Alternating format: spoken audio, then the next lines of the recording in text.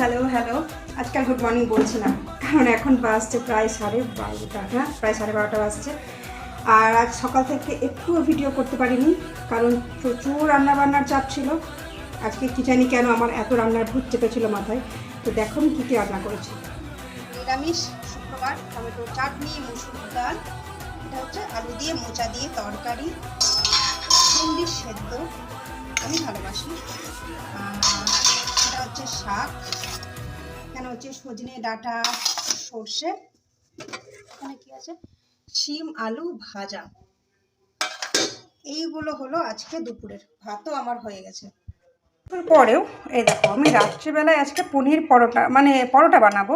তো এইটা আছে এখানে ফুলকপি আর ক্যাপসিকাম আমি গ্রেট করে লবণ মাখিয়ে এইভাবে রেখে দিয়েছি।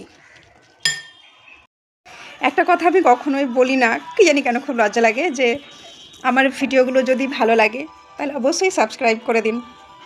বলতে কেমন লাগে তাও বললাম, যদি আমার ভিডিও ভালো লাগে তাহলে অবশ্যই সাবস্ক্রাইব করে দেবেন।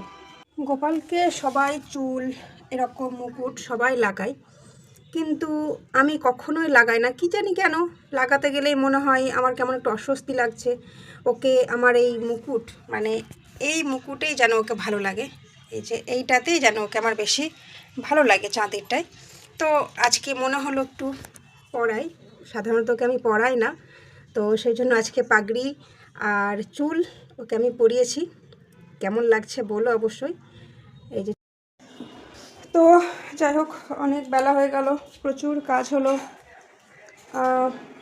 আজকে একটু সন্ধ্যাবেলায় বিকেলবেলায় বেরোবো, রাত্রিবেলায় পড়াবো না বাচ্চাদেরকে, সেই জন্য আমি আজকে পড়িয়েও দিয়েছি বাচ্চাদের। এখন আবার একজন পড়তে এসেছে, আমি বলেছি যখন ইচ্ছে তখন আসিস, খ্যাপে খ্যাপে আসে। সকালবেলা এসেছিল, ওদেরকে ছেড়েছি, এখন আবার একজন এসেছে, ওকে পড়াচ্ছি।